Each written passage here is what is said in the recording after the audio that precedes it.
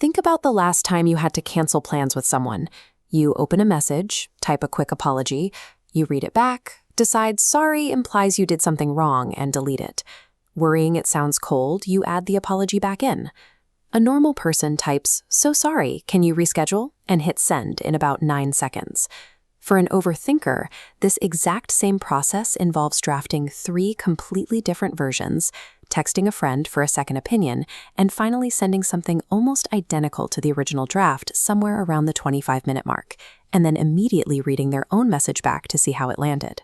Most people assume this kind of overthinking is a nervous quirk, like biting your nails. Except instead of your nails, it is every social interaction you've had since 2009. Treating it as a simple habit misses the reality of the systemic mental overload happening inside the brain. This diagram represents the default mode network.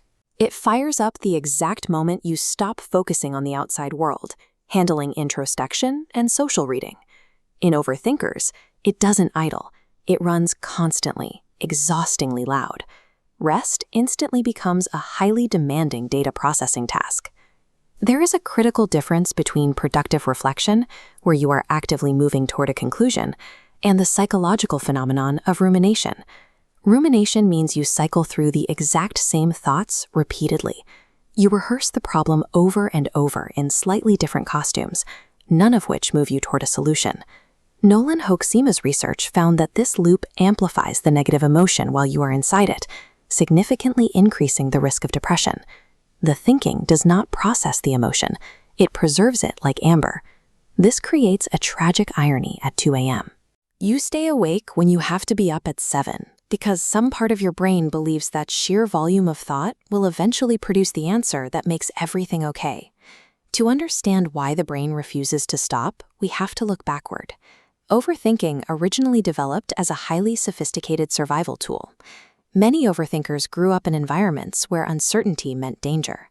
That usually looks like everyday unpredictability, not knowing what mood someone would be in, or constantly trying to gauge if you were reading the room correctly. Your brain learned at a very young age that anticipating reactions and thinking 3 steps ahead was how you stayed safe. It was an intelligent, adaptive strategy. Today, the brain applies this intense survival tactic to low-stakes scenarios. You build a massive case file out of a slightly ambiguous facial expression in a meeting or a short text message. This chart shows the biological reality of that glitch. Your brain does not distinguish between a genuine physical threat and a social scenario you've over-indexed on. Cortisol is cortisol, and your body's physical response to that chemical is real. Overthinking is a perfectly functioning defense system, operating entirely out of context. Overthinkers often make quick, effortless decisions on trivial matters they don't care about. Picking what to eat for dinner takes 2 seconds. The system stalls only on the things that feel loaded with consequence: the relationships, the choices that define you, and the hyper-awareness of how others feel. Your overthinking maps exactly onto what you value and who you are afraid of losing. Your anxiety is weaponizing your deep empathy and care against you. The most common advice overthinkers receive is to just stop worrying about it, to actively force the thoughts away. Psychologist Daniel Wegner demonstrated exactly why this fails in the white bear experiment. He told participants specifically not to think of a white bear. This graph tracks what happens next. During the suppression phase, they managed to keep the thought away. But the moment the act of suppression lifted, it created a massive rebound effect. The thought flooded back much stronger than if they never pushed it away.